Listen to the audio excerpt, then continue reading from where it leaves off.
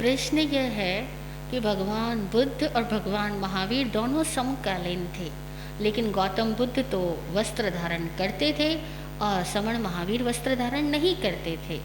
तो ऐसा क्यों, क्या कारण है इनका? ठीक है। और प्रश्न का दूसरा हिस्सा यह है कि आज समय बदल गया, इस अनुसार आज दिगंबर साधुओं को भी एक कौपीन धारण कर लेना चाहिए, ऐसा मेरा सोच है। ठीक है। पहली बात कि गौतम बुद्ध और महावीर समकालीन थे, तब भी गौतम बुद्ध का भाव कि वो वस्त्र रखे और महावीर का भाव कि वो वस्त्र ना रखे।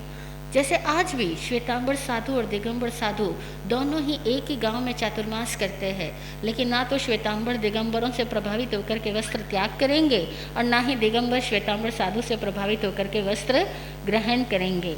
अपनी अपनी रुचि, अपनी अपनी मान्यता, अपनी अपनी जीवन शैली, सबकी जीवन शैली अलग अलग होती है। आज भी देखो ना, पंजाबी बहनें स्त्रियां जो होती है वो सलवार कुर्ता धारण करती है और राजस्थानी स्त्रियां साड़ी धारण करती है। अब सवाल पैदा हो सकता है ऐसा क्यों? ये राजस्थानी स्त्रियां क्यों नहीं सलवार कुर्ते धारण करती है, पंजाबी स्त्रियां क्यों नहीं साड़ी धारण करती? तो भैया सबकी रुचि अलग अलग है। उस जमाने में, उस युग में कई सारे ऐसे समुदाय थे जो कि दिगंबर ही रहा करते थे। उस जमाने में दिगंबर साधु का होना कोई विचित्र बात नहीं थी, बड़ी आम बात थी। न केवल समण में बल्कि आजीविकों में भी दिगंबर हुआ करते थे। जैसे आज भी आप देखो नागा समुदाय होता है, तो नागा समुदाय के साधु लोग दिगंबर ही रहते हैं, वे वस्त्र धारण नहीं करते। और महावीर का निर्ग्रंथ धर्म था और महावीर कहते कोई तरह का परिग्रह रखना ही नहीं, कोई उपकरण ही नहीं रखना, किसी तरह से समाज पर आश्रित रहना पड़े ऐसे बनो ही मत। एक ही टाइम भोजन लेने जाओ, वो भी जब सब लोग खा चुके हो, पीछे बचा हुआ हो, उनके लिए एक्स्ट्रा हो, उनके लिए आवश्यक ना हो, उस प्रासुक भोजन को लेकर आओ, ताकि किसी तरह से दूसरों पर आश्रित नहीं रहोगे तो स्वावलंबी साधना कर सकोगे, अपने में जियोगे। नहीं तो दूसरों के से लोगे तो दूसरों को कुछ देना होगा और दूसरों के साथ संबंध स्थापना जारी रहेगा, तब तक पूर्ण एकांत में नहीं आ पाओगे। तो महावीर का कॉन्सेप्ट ही डिफरेंट था, विकल्पातीत थे। और उनके बहुत सारे साधु ऐसे हुए जो जिन कल्पी हुए, यानी महावीर की तरह विचरण करने वाले, जिन के समान रहने वाले जिन कल्पी भी हुए। लेकिन अगर कोई साधु महावीर के पास आकर के कहता कि मुझे लज्जा रहती है और मैं एक वस्त्र रखना चाहता हूँ, तो महावीर ने उसको मना नहीं किया। कभी नहीं कहा कि मैं दिगंबर रह रहा हूँ तो तुम भी दिगंबर रहो। महावीर ने अपने जैसा किसी को बनाने का ना उपदेश दिया और ना कोई चेष्टा की। और कोई भी ज्ञानी कभी भी दूसरे को अनुरूप बनाने की चेष्टा करता ही नहीं है। ये सारे अज्ञानी लोग होते हैं जो ये चाहते हैं कि हम जैसा रहते वैसे तुम भी रहो, तुम बोलो या ना बोलो, हम मुँहपत्ती बांधते हैं तो तुम्हें भी मुँहपत्ती बांधनी पड़ेगी। ये हम अज्ञानी लोगों का आग्रह होता है। ज्ञानी कभी अपने अनुरूप दूसरों को बनाने की कोशिश नहीं करते। तो महावीर भी बुद्धत्व को उपलब्ध हुए हैं, बुद्ध भी बुद्धत्व को उपलब्ध हुए हैं, लेकिन बुद्ध कौपीन रखते हैं, चीवर रखते हैं और महावीर चीवर नहीं रखते। उनकी अपनी अपनी मौज है और उन कपड़ों से तो उनको वैसे भी कोई फर्क नहीं पड़ना था, लेकिन भीतर से जैसे वो थे वैसे ही बाहर रहते थे। ठीक है। उनके पास कोई विकल्प, दिमाग में कोई ऑप्शन, ऐसा कर लूँ वैसा कर लूँ, जैसे हम लोगों के दिमाग में आता है, उनके दिमाग में कुछ नहीं आता था।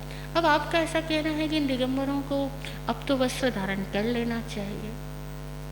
हकीकत तो यही है कि हमारी दृष्टि में फर्क है, इसीलिए हमें ऐसे सवाल उठते हैं।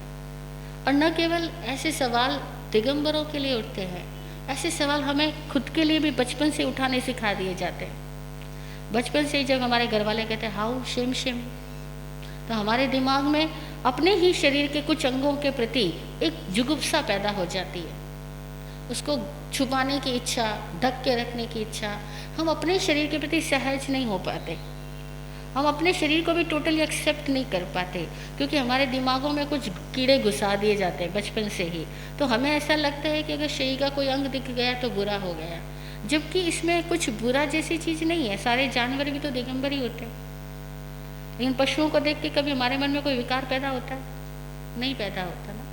विकार हमारी दृष्टि में है, हमारे संस्कारों में है, हमारी पूर्व से दिमाग में डाल दी गई सोच और मान्यताओं में, इसीलिए हमें लगता है यार दिगंबर होना तो गलत बात हो गई। हमें ऐसा लगता है क्योंकि कपड़ा पहनने वाला आदमी बिना कपड़े पहनने वाला आदमी को ऐसे ही तो सोचेगा। और मानो, कल्पना करो अगर सारे बिना कपड़े वाले आदमी होते और कपड़ा वाला आदमी वहाँ कोई आ जाता तो क्या होता? तो भी तो बड़ा अजीब सा लगता। और कपड़े तो हमारी सभ्यता ने धीरे धीरे डेवलप किए हैं। बच्चा पैदा कैसे होता है? दिगंबर ही पैदा होता है? कोई कपड़ा लेके पैदा होता है? नहीं होता ना। और आज के डॉक्टर्स भी कह रहे हैं कि बच्चों को जितना आप खुला रखोगे, कपड़ों में बांध बांध के नहीं रखोगे, खुला रखोगे, बच्चे उतने स्ट्रांग बनेंगे, उनका इम्यूनिटी सिस्टम उतना डेवलप हो पाएगा, उनमें रेजिस्टेंस डेवलप होगी। और आप बच्चे को जितना ज़्यादा कपड़ों में लपेट के रखोगे, बच्चे हाथ पैर नहीं हिला सकेंगे, नहीं पछाड़ सकेंगे, तो बच्चे वीक हो जाएंगे, उनकी स्किन वीक हो जाएगी। तो दिगंबर होने में कोई बुराई नहीं है। तो हमारी दृष्टि का दोष है, हमारी दृष्टि की धारणा है कि दिगंबर क्यों होते हैं। होए ना, क्या फ़र्क पड़ता है? और हम अपने प्रति भी सहज होना सीखें ना। अगर हम अपने शरीर को टोटली एक्सेप्ट कर सकेंगे तो हमें दूसरों के शरीर को लेकर कैसे क्वेश्चंस पैदा नहीं होंगे। लेकिन जब तक हमारे अंदर ही भेद है, ये अच्छा ये बुरा ये शेम, तब तक ये सारी प्रॉब्लम्स रहने वाली है। ठीक है। रही बात कि अगर साधु को लगे कि शहरों में मुझे जाना है, बहनों के बीच में मुझे जाना है, और उसको जरा भी लज्जा आए, तो उस साधु को चाहिए कि वो अपनी लज्जा की निवारण के लिए कुपिन रख ले। और अगर साधु को लगे कि मुझे ऐसी साधना करनी है तो वो जंगलों में रहे, जब गांवों में आए तो एक चोगा डाले, शहरों के बीच में आए तो चोगा डाले, और गांव में जाए तो दिगंबर रहे। हमें एक नाथ संप्रदाय का साधु मिला था आज से करीब 12-13 वर्ष पहले। तो वो नाथ संप्रदाय का साधु से जब हमारा वार्तालाप हो रहा था, हमने पूछा कि आपने ये कान बड़े बड़े छिदवा रखे हैं, ये चोगा पहन रखा है, आपका कैसा ड्रेस कोड है? वो बोले हम भगवान पार्श्वनाथ के साधु हैं। पार्श्वनाथ के बहुत सारे साधु महावीर के संग में सम्मिलित हुए थे, तो बहुत सारे साधु सम्मिलित नहीं हुए थे। तो वे अपने आप को नाथ संप्रदाय, नाथ एक्चुअली जैन का ही एक पार्ट है। आज हम जैनी हो गए ना तो हम बहुत छोटे हो गए। हकीकत में नाथ, सांख्य, योग, ये सब कुछ एक समय में समर संस्कृति के ही हिस्से हुआ करते थे। तो वे नाथ बोले कि हम भगवान पार्श्वनाथ तक को मानते हैं, महावीर को हम नहीं मानते। उनका अलग तरीके का पंथ था। और वे कहते हैं हम जब गाँवों में आते हैं, शहरों में आते हैं भिक्षा लेने के लिए, तो हम चोगा डाल लेते हैं, और जैसे हम अपनी झोपड़ी में, अपनी कुटिया में पहुँचते हैं, हम जंगलों में चले जाते हैं, वहाँ हम दिगंबर रहते हैं। तो ऐसा भी हमारे समणों में ही वर्ग रहा है और आज भी है। पर अब जो हमारे नज़रों में आते हैं वो दिगंबर साधु आते हैं।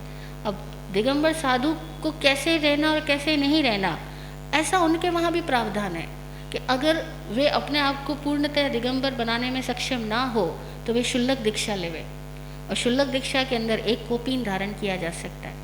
लेकिन जब वो ऐलक और मुनि बनते हैं तब उनको उस एक वस्त्र का भी त्याग करना होता है। तो उनके भी अलग अलग स्टेजेस बनाई हुई है, उनके अंदर भी 4 स्टेजेस है, ब्रह्मचारी, फिर शुल्लक, फिर ऐलक, फिर मुनि।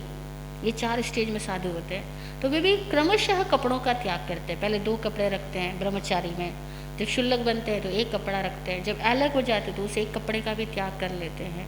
तो ये सब अलग अलग क्लासेस है उनके अंदर भी, और उनको ठीक लगे जैसा वो करे। हम अपनी सोच को किसी की भी जीवन शैली के लिए लागू नहीं कर सकते हैं, और हमें करना भी नहीं चाहिए।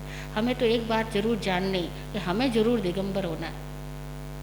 दिगंबर काली कपड़ों से ही नहीं, दिमाग से। दिमाग में बहुत कपट भर रखा है ना, कपट। कपड़े को पट भी कहते हैं, ठीक है। और पट जब तक तब तक कपट, जब तक संस्कार, मान्यताएं, धारणाएं, तेरी मेरी, ये ऐसा वो वैसा, इतना मन में स्ट्रांगली इकट्ठा कर रखा है, तब तक हम दिगंबर नहीं हो सकते। और ये बात निश्चित है कि बिना दिगंबर हुए मोक्ष नहीं होता।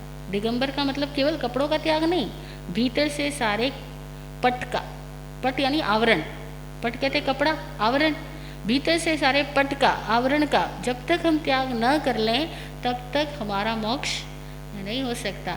इसीलिए अंदर से सारे आवरण को दूर करें, यथाजात हो जाए, निर्दोष बालक की तरह हो जाए, जैसा भीतर वैसा बाहर, औपचारिकताओं को छोड़ दें, तभी मोक्ष संभव है।